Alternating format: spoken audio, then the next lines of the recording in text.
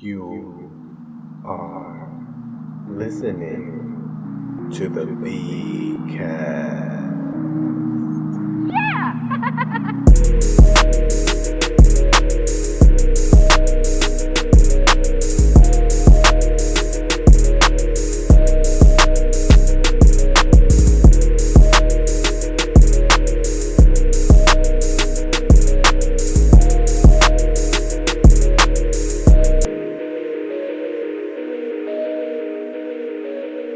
Hey, what's up, everybody? It's the VCast, and we're back. It's me, Vic Cedeno, and we have returned with another episode. Apparently, I'm in the top percentile of podcasters just because I got 70 episodes under my belt. You know what I mean? So little by little, I haven't been doing it every week, but I'm still here. I'm still standing, which is a direct reflection of my life. All right, shit happens, but I'm still standing. And I'm standing pretty fucking proud this week. So much shit's been going on. I can't believe that like a few weeks has gone by already since the last episode. Filming, we got the camera on. I don't know why, because I don't ever fucking post the videos. I'm on a YouTube backlog, which I got to correct and rectify. All good, people. Listen, I have been too hard on myself in the past. Or maybe I haven't been hard enough. We'll find out. I'm gonna work this out right now in my head with you guys. Just about being hard on myself about like not doing enough, or being lazy. That's a word I keep using like to describe me, and I'm starting to believe that that's not the case. I mean, I fucking do a lot. I do a lot. Somebody that's lazy doesn't do a lot, but I still do feel like I'm doing the bare minimum. So what is the difference between the two? Like a lazy person and somebody that does the bare minimum. But the bare minimum is a lot. Like, I didn't want to come out tonight and come here and put all this equipment together and get everything set up. Like, it's a lot of work to do alone. Whatever. I like fucking podcasting, I like podcasting. I like doing comedy, but I don't like leaving the house. Let's be honest. I don't like leaving the apartamento. I get real comfortable at home. And listen, I don't live in a palace. I don't live in a fucking peppermint princess fucking castle. All right? I live in meager means. I live in a studio apartment. Okay? That means there's one bedroom, folks, and a kitchen and a bathroom. Okay? One room, a kitchen. Luckily, the kitchen is not. It's a different room than my living room / bedroom / office. I have a big ass closet, so I mean it's not terrible. I have a nice sized bathroom with storage. Storage is important, especially because I accumulate a lot of shit. I'm a hoarder, and oh, here we go. We got our first guest. Creeping. So, I'm a hoarder. I have just way too much shit in my fucking place. It's just accumulation of crap that I've collected from the annals of time. I don't know. I don't know how I accumulate so much shit and so much garbage. But I have an eat-in kitchen, which is nice. It's a fucking kitchen. I got a table in it and a couch, a little futon action. Even though the futon is the most uncomfortable futon that I've ever fucking slept on. It's got a bar right in the middle of it. But that's what you get when you pay $100 on fucking Walmart.com. But it was a good deal at the time, and it serves a purpose. It holds a lot of bags and sweaters and boxes and stuff. So what the fuck is the point I'm trying to make? Oh, I don't have a fucking palace, and I like staying there. I have my setup, my television, and my Wi-Fi. I got good speed on the Verizon Fios. All right, that'll keep you home alone. Just that alone. Some fucking fiber optic right to your door. I mean, not the freaking building like cable. I'm talking about fiber optic right to your computer, right into your Wi-Fi, into your house. All right, that means something. I got the Xbox, the PS4, the television, the fucking Fire Stick, food, nice stocked fridge. I live in a nice busy area with fucking great food too. Though I got Chinese food around the corner. Literally, I leave my house, I walk across the street, and there's the fucking. I walk in my parking lot in the rear of mi casa. Go right out there and get some Chinese food. And go right back upstairs and slap on some fucking HBO Max. Rocking The Last of Us. Are you kidding me? Are you not binge watching The Last of Us? How do you leave the house while The Last of Us is on television?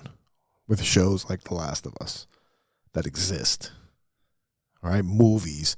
Have you gone into the Vikings series that are on Netflix? Or Valhalla?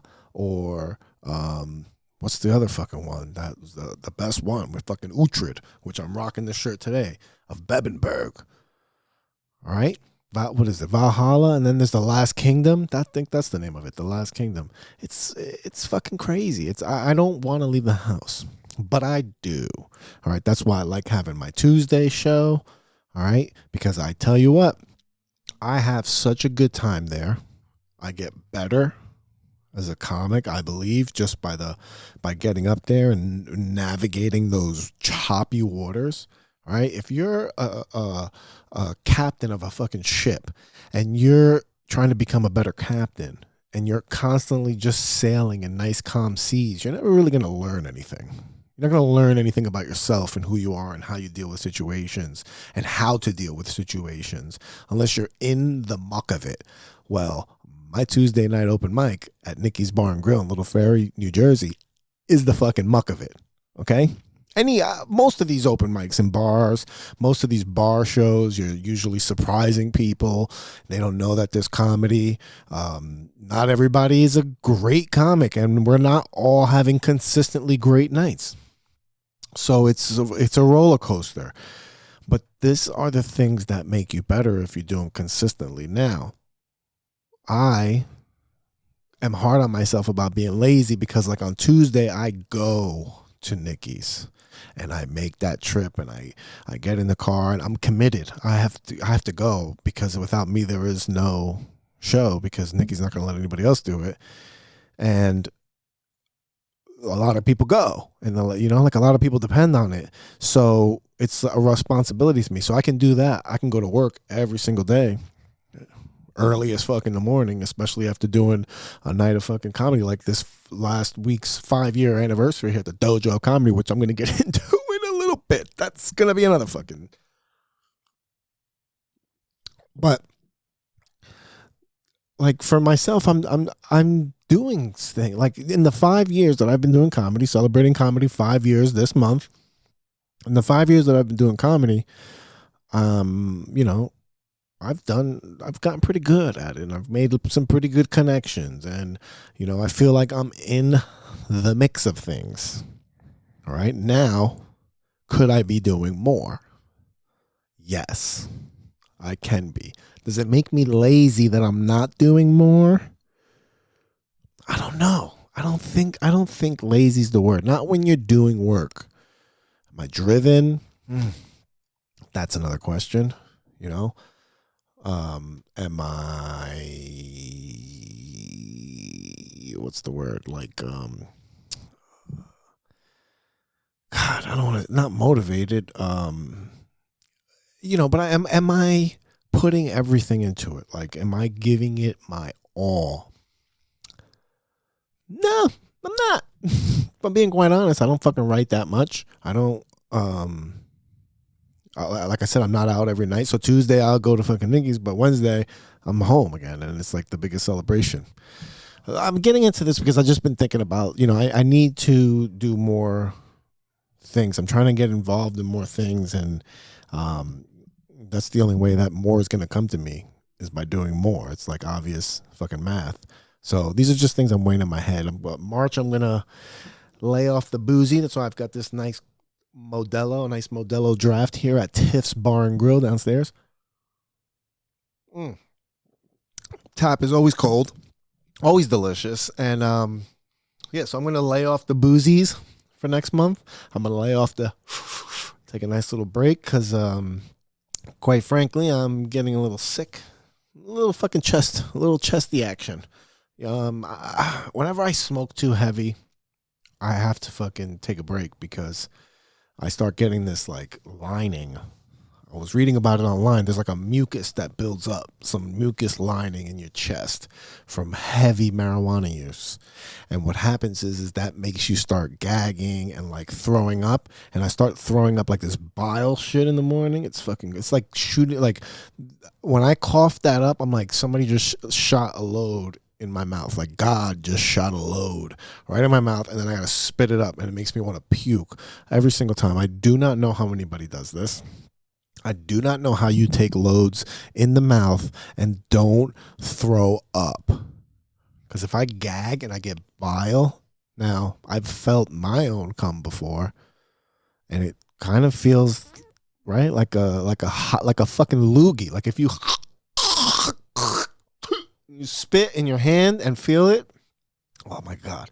Right away I'm fucking gagging. I'm like ready to puke. Oh, excuse me.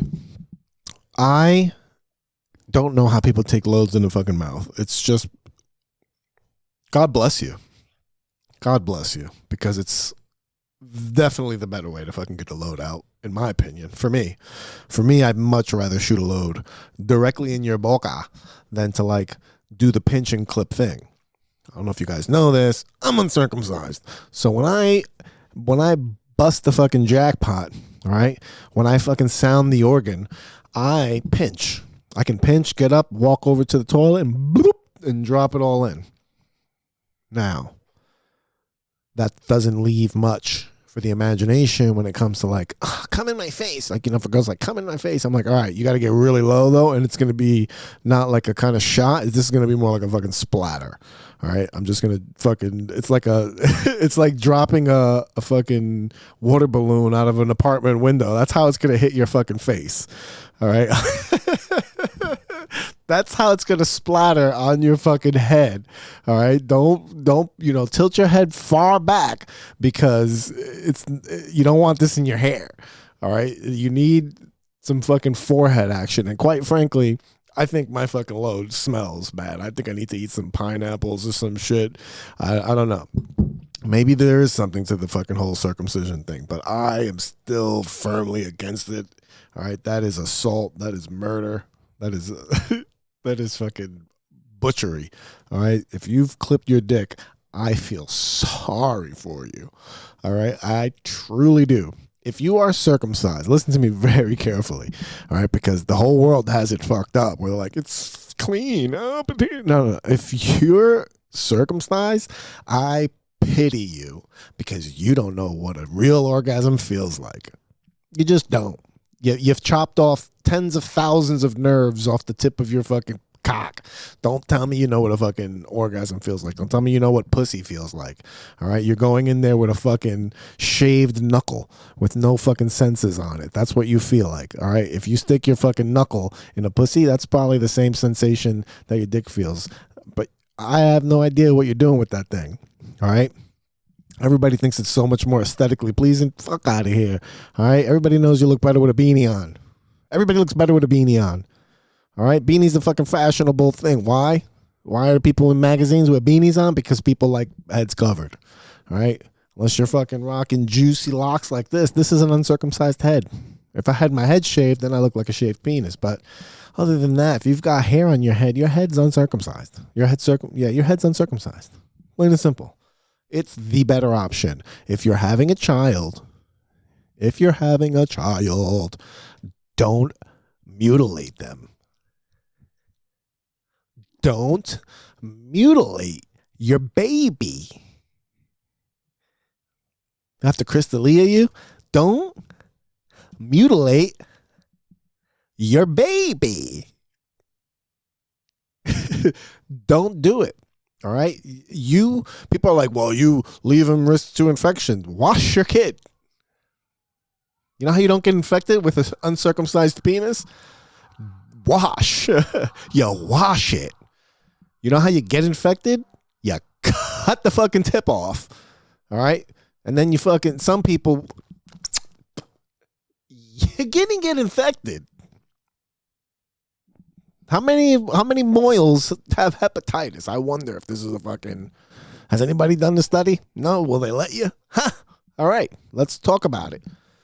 You're cutting the skin off of a penis and putting it into a diaper filled with piss and shit and saying that that's more hygienic. What? Are you fucking retarded? What? It just doesn't make sense, ladies and gentlemen. All right? That's what they believed. All right? That's what somebody took, DMT. They went into the mountains, and then they came back and was like, God, I made a deal with God. I made a deal with God that if we cut the tips of our dicks off, he'll let us into heaven.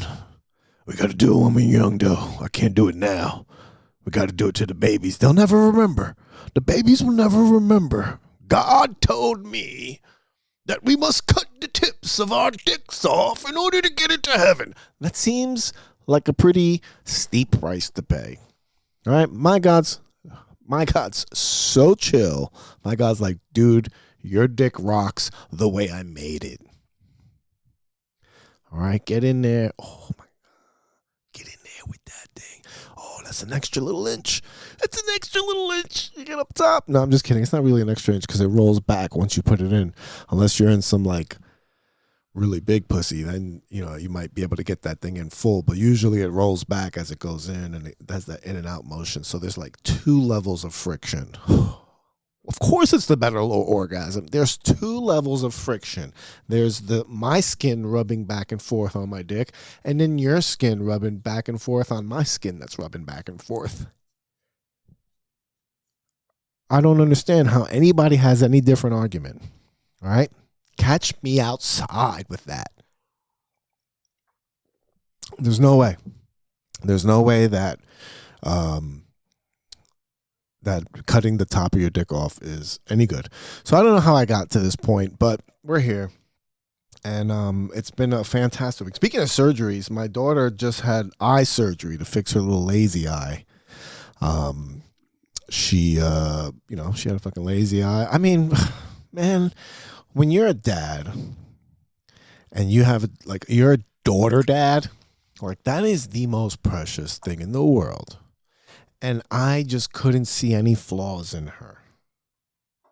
I didn't see the fucking lazy eye, really. Sometimes I did, but to me, it was like, that's real unconditional love. If some fucking kid's looking at you and the fucking eyes spinning everywhere, and you're not judging them for it. I never cracked a joke on her. It never dawned on me to make fun of my daughter's lazy eye or anything. I just loved her, that's it. I just love her. And then she had hemangiomas. She had a hemangioma on her head. She still has them. They're just flat now. But they're they were, when she was little, they protruded. They stuck out. It was like she was growing a horn right on her head. It stuck out. My fucking ex-wife was horrified because it ruined a lot of pictures. But that, again, for me, I just was I'm just so happy. She smiled. She was healthy and happy. And I was just so grateful for that because she came 8 weeks early. And, the first few years of her life, maybe the first 5 years of her life, we spent in oncology unit. We spent at an oncology unit. Shout out to the oncology unit over in St. Joe's Hospital in Paterson, New Jersey. One of the top oncology, pediatric oncology, and also their NICU unit is one of the best in the East Coast. People from all over states, they go to that Paterson NICU. 100%. We were so lucky that our daughter was born there, and like I said, she was born 8 weeks early, just celebrating her 8th birthday. And then, that was a couple weeks ago. And then she's, taking surgery. She had the week off of school. She had to get surgery. So they do this fucking weird surgery that's really crazy. So the way your eye works, you have these muscles that attach. There's they look like stringy pieces of Laffy Taffy, and they're attached 2, 4, and then like 6, and they turn your eye, they rotate it. That's what's in charge of that, and those are the muscles that make your eye. Like if it's a little loose, if the muscle's a little loose, your eye fucking rolls around in your head, with its own, looking at its own shit. It's got like its ADD eye, and it just fucking flies around in your head. And then, so what they do with the surgery is they go in through like your pore, like they go in right on the side of your eye, right, your tear duct in there, and they detach the muscle, and then they either cut it, like cut a piece off of the muscle and then tighten it, or if it's too tight, they kind of loosen a little bit and put it a little farther back. And that's it. And then it's like 1 out of 5 kids might need to have a second surgery again later on down the road, or the doctor pulled too tight or something. Either way, she had to do the surgery. She's a fucking trooper, was so positive the whole time. They never have to deal with. That's one thing about my daughter. She just goes along with everything. And that's a reflection of both of her mom and my attitude. We're both very easygoing. One of the things that drew me to her mother when we first met was on our first outing. Like our first thing that we did out, we went to, because we met at the gym, so we would just hang out a lot, either at my house or we hung out, like we would hang out in the parking lot of the gym a lot, just talking and shit. And then we went to the New York Auto Show, and we took the ferry. Took the ferry there, took the ferry back. Shout out to my Uncle Ivan, who put me onto that, took me to do that as a kid. And we went there, we came back, and on the way back, we took the wrong ferry. My fault, 100%. I was leading. We took the wrong ferry, and instead of going to Hoboken where we were parked, we took the ferry to Jersey City. And there was no like ferry to go back. Like it was just going to take a long time. It was quicker for us to get like a cab or something. But then like we talked to somebody, and they were like, you could walk. So we walked it, and like I think she had fucking slippers on or something, like those fucking summer flip-flops. I don't remember, but she didn't have super crazy walking shoes, which is weird that she wasn't prepared to do a lot of walking when we were going to do. I don't remember, maybe I'm wrong about that. Maybe her shoes wasn't a problem, I don't know. But she she was just so easygoing about it, you know what I mean, like about the fact that I fucked up, and we didn't like complain about it. Like there was just something there where we were on the same wavelength. We were like, all right, well, we'll just deal with it. We did it. We laughed and talked shit on the way, and like just made a good time about it. And like that was something for me, because that's a reflection of people's personality. Like if you're freaking out about shit, if something bad happens and you freak the fuck out about it around me, like I don't want to be around you anymore for a lot of things, because you're gonna fucking stress me the fuck out. Why are you overreacting? Relax, we'll just deal with it. I'm a very calm person like that. I don't like freaking the fuck out about things. It just makes things worse. And so my daughter's just like that. She is a direct combination of both of us like that. She's just very easygoing, and I'm just so proud of her, man. I'm really fucking proud of her. She, took it in stride. She's been, I wasn't really sympathetic to the things that she was going through with her eye, and like how it was making her feel.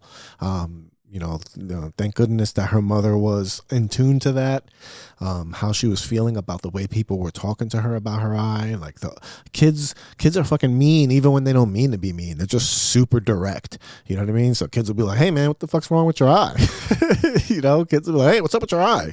Or some kids were really mean and be like, hey, listen, I like playing with you, but your eye freaks me the fuck out. I don't want to play with you no more. Like kids have told her that. So I wasn't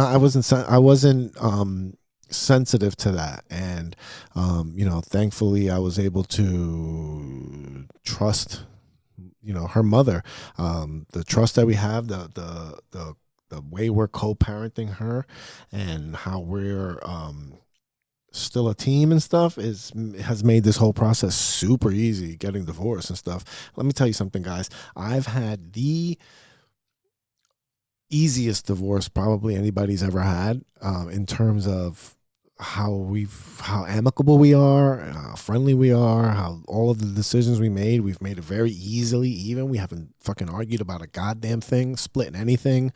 All of that stuff. It's just been really easy, but it's still been taking a toll on my daughter, and of like a divorce does to any kid. It's a really fucked up situation. It sucks that she has to go through it, but you know what? She ain't the first one. She ain't gonna be the last one, and her parents might be better off for it, and that in turn might make her better for it. So, luckily, she's got me in her life. I'm not fucking going nowhere. That's why I live in that studio apartment. I can get a fucking apartment somewhere else. I could fucking move in a different part of Jersey and get a fucking better apartment, but then I'm far away from my daughter. I pick my daughter up every day from school. She sleeps over once every single week, and then I take her to school the next day, and then once a month she sleeps over on a Saturday, and then I could take her on vacation whenever I want, in the summer. I help her with her homework sometimes. I help her read. I'm just very involved in her life, and that is super fulfilling. And it's more important that I focus on those things rather than focus on all the other negative feelings that come with it, because there's so many negative feelings that come with the situation, even as a person that is as involved in me as I am. I fucking volunteer at the school. I don't give a fuck. I'm up in the business. I want to know, I just want her to see me, because like I've, said before, growing up, I had nobody in my corner like that. Not because I wasn't loved, but because I grew up in a single parent household, and my mom was committed to working, and, thank God she did. She provided us with the best possible life that she could, that anybody could have asked for. I grew up in suburbs. I've always had new clothes every year for school. I always had food. We went on vacations. My mom did so much for me. And it makes me like so proud to be able to do all that stuff that I couldn't get because of my situation, to be able to do that for my daughter. Like I see it. I was talking to my coworker today, man, because my daughter has this school project. It's called Flat Stanley. You gotta take this cartoon thing that she drew, and then the teacher laminated it, and it's just like a character that she cut out. And for the week off of school, the project is you take that thing everywhere you go and take pictures with it, and then send them to the teacher. And my daughter's pictures have been rocking. I very, very going to be hard pressed to see if anybody has as cool as photos, like a variety of photos of things that they've done during her break, because she was at the surgery with the thing. She was out with her mother. She was out with me. She went to work with me today. She took a picture with the damn thing in the forklift. She took a picture on the in the warehouse. She took a picture in the office. Just all over the place at her house, drawing and stuff. And I was thinking about that. There's other kids that they don't have. They're not going to have people that are going to be excited to do these projects with them, like how me and her mother are excited to do these projects with her. And it's a shame. It's such a shame, because that is something that is like a kid's love language.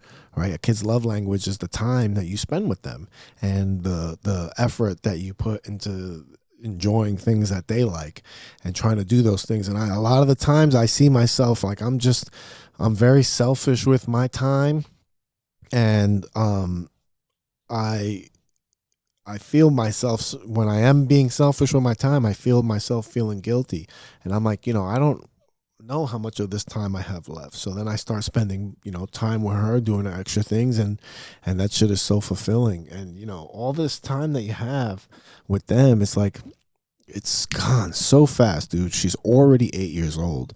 It's insane. And part of me, as she's growing up, she had a Valentine's now, she had a fucking Valentine's. The kid brought flowers for her at school, and like a little fucking grab bag and shit, and some chocolate. And she was the only girl that got that. And here she is with her fucking little lazy eye pulling fucking dudes, and I'm like, fuck, man, I'm gonna have such a fucking problem. I'm like, not the lazy eye. I thought the lazy eye was gonna stop it. I thought I was like, fuck, cause she's got a googly eye. She's gonna scare most of the fucking superficial dudes off. That's gonna be a lot better for me, But now she got that shit fixed. She's gonna be diming it out. I'm like, stop. I don't want to deal, but you know what? Just like everything else, we'll get through it. Just like I got through these 5 years of comedy, 5 years here at the Dojo of Comedy. What a fucking celebration, guys. What a fucking celebration. I'm going to wrap this up like the next 10, 15 minutes talking about these 5 weeks because I got to get downstairs for the door here. But 5 years, I've been here 3 already. Can you believe it? 3 years here already because I started here during the pandemic. During the pandy, I started here like right before the pandemic. It's when I first did like my first spot, and then I had started coming here, and then the pandemic hit. I was on the last show, second to last show, or last show right before the pandemic, and that's it. I haven't looked back since. I'm so happy to have been here. I'm really fucking annoyed. I've been thinking about this all week too, that fucking Clint isn't here anymore. Clint Esposito, you fucking prick, should be here. But, again, none of my business what it is. Whatever happened. But 5 years here at the fucking dojo. I got in through Clint Esposito. And then, he had his deal, and he left. And then, I didn't I didn't take his place. I still doing the same thing I was doing when he was here, which is working a door and doing spots. All right, that's what I like doing. I like working a door and doing spots. Oh, the other thing I do is the Instagram page. Yes, I do post all of the posts on the Instagram. I pretty much run the Instagram page for the Doge, and I'm just super proud. I'm so happy that I found this place and got in touch with it because, like I was telling you about not doing things, like I've consistently come here. Consistently. I haven't been going to open mics. I haven't been going to other clubs. I haven't been going into the city, but I've consistently come here. Just because this place feels like home. I told you about how I feel about being at home. Being comfortable at home, and this place is like home to me. Mike Romanelli's made it super comfortable, not only for myself but for all the fucking comics, and I just feel like you can't find like a better place to like figure shit out, put shit together, and like be free about it. Like nobody's on your back, nobody's criticizing you, nobody's talking shit about you behind your back. They do it to your face and make fun of you. It's nice, but nobody's on you, man. There's no pressure here. Everybody's friends. We help each other, and everybody's good.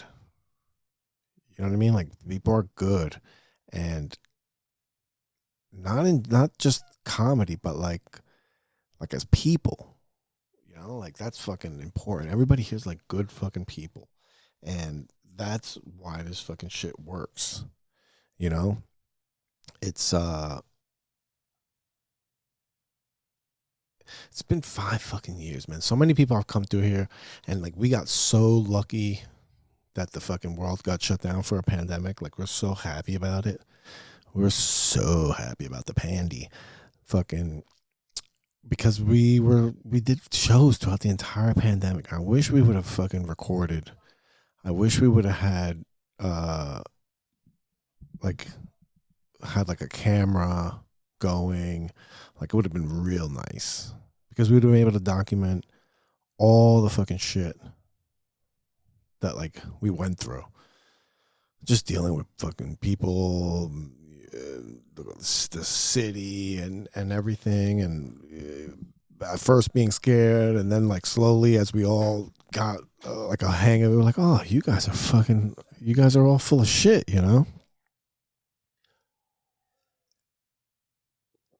So 5 years. So we had a 5-year celebration on Thursday, the 17th. Then we had 2 shows with Sam Tripoli, 4 shows on the 18th and 19th. Man, it was just fucking fun. Got to podcast with Sam and Aaron Berg and Jim Florentine and Sam's boy that his fucking name escapes me because I'm a pothead. It was just it was like the sum of everything that we've been working towards.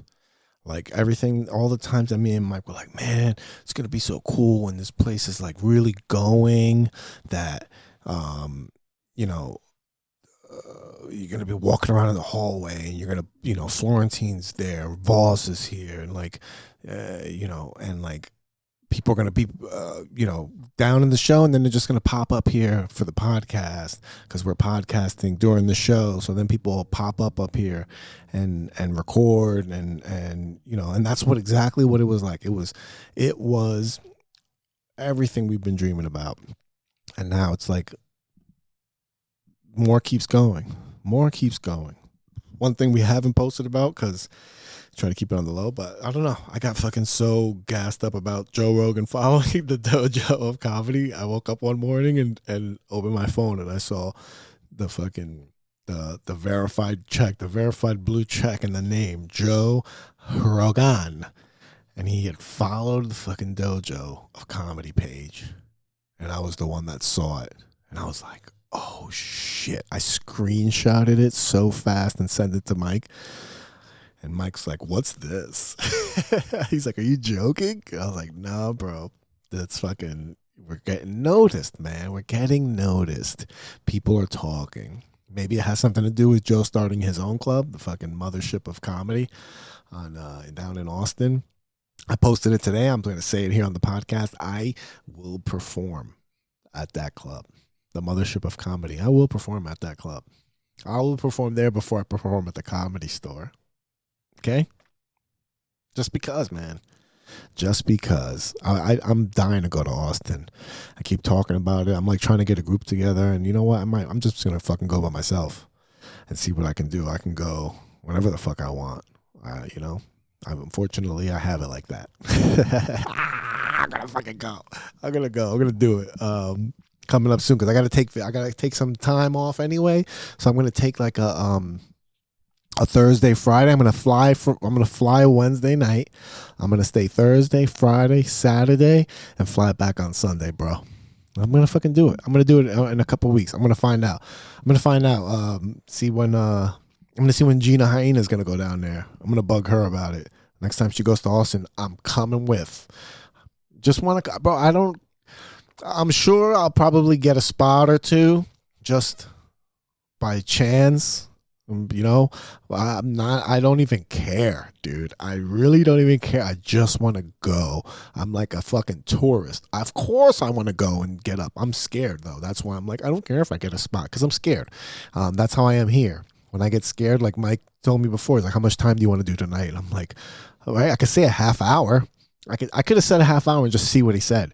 But no, I was like, gonna say 10 minutes, 7 minutes. No, bitch, I said 15 just because. But I could have done 20, but I'm scared. And I shouldn't be. That's just the fucking way it is. But I'm psyched. I gotta do it. And I gotta also bring my minute with me. I gotta bring a minute with me just in case I end up on Kiltony. Just in case I end up on Kiltony. I'm gonna need a minute. We shall see. But yeah, 5 years in the fucking bag. Fucking Dojo of Comedy's been fucking so great. Let me get into some other great people here. We got some fucking sponsorships. Also go to the website vicisfunny.com. You can see the wonderful matter of fact, I could probably go there right now. Let's fucking check it out together, guys. Let's check it out together.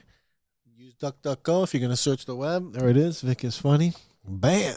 Look at that beautiful fucking face. Now, if you go to the website and then you go to live, you click on this little livesies, you can see where I'm going to be. Now, the problem is I have not updated this. But you can see every Tuesday night, Nikki's Bar and Grill and Dojo radio shows, Dojo comedy shows.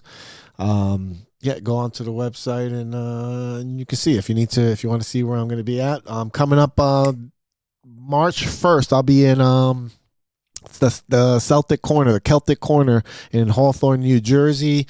7 p.m. show. Tickets are on their site, Celtic Corner in Hawthorne. We did a show there a couple months ago. It was fucking great. That was the first show I headlined. That was like a build headline show. People bought tickets and, people had a great time. Hopefully they come back. They wanted us to feature some more women. I guess, there were a lot of women that were in the audience when we went. So it's normal that they would have been like, well, how come we didn't have any women comics? There should have been some female comics. So, they requested some female comics. Good thing I know the girls that bring the funny.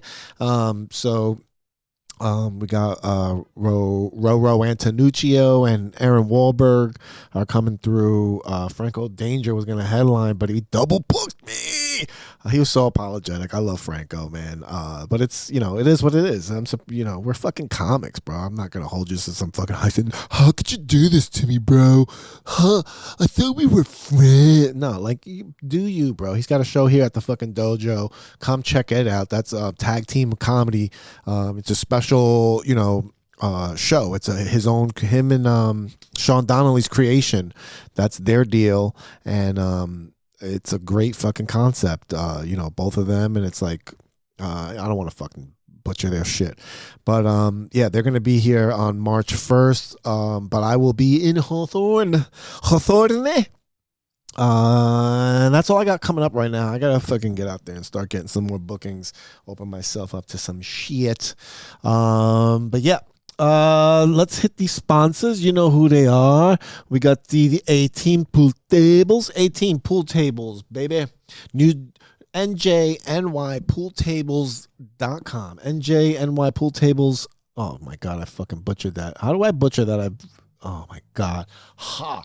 NJNYpooltableservice.com. Call them up if you need your table moved. If you're looking for a pool table for your basement because you're a bougie bitch, or if you already have one, or if you're going to buy one on fucking Craigslist or Facebook Marketplace, if you buy the pool table, you're going to need somebody to move it for you. You're going to need somebody to go pick it up, take it apart, and bring it to your place and set it up real nice.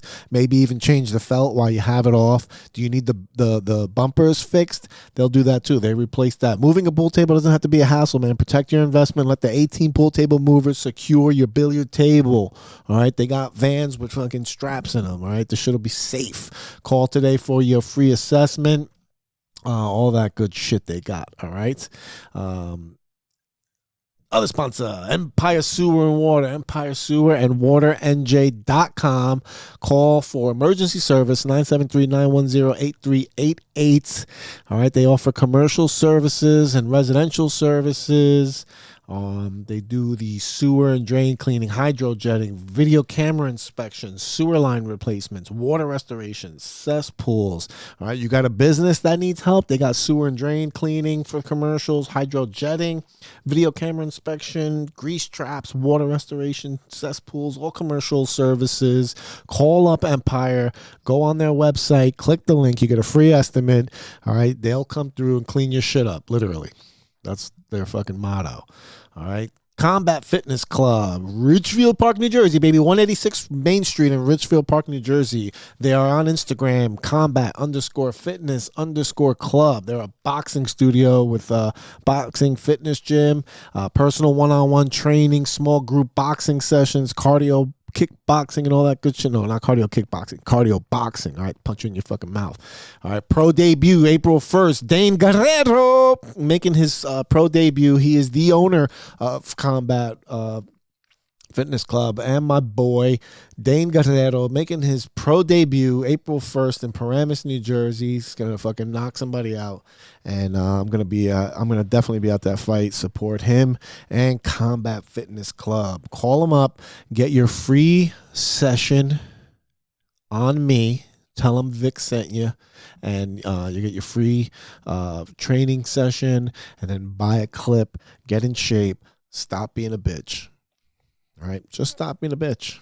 Don't let people punch you in the face all the time and mush you. All right? Don't be on the losing end of the World Star video. Go to Combat Fitness Club and don't be at the losing end of the World Star video. Be at the winning end. All right? You're going to be the hero. People are going to follow you. People are going to be like, yo, that's that dude I saw on World Star. Hit them with that 1-2. You learned that from Dane. Dane Guerrero, Combat Fitness Club. Holla at him. Sponsors, baby. Listen, thanks everybody for tuning in. This has been a wonderful episode. Can't wait to get back here and get some more episodes in. All right? Take care of yourself. Take care. You're listening to my dad of the VK.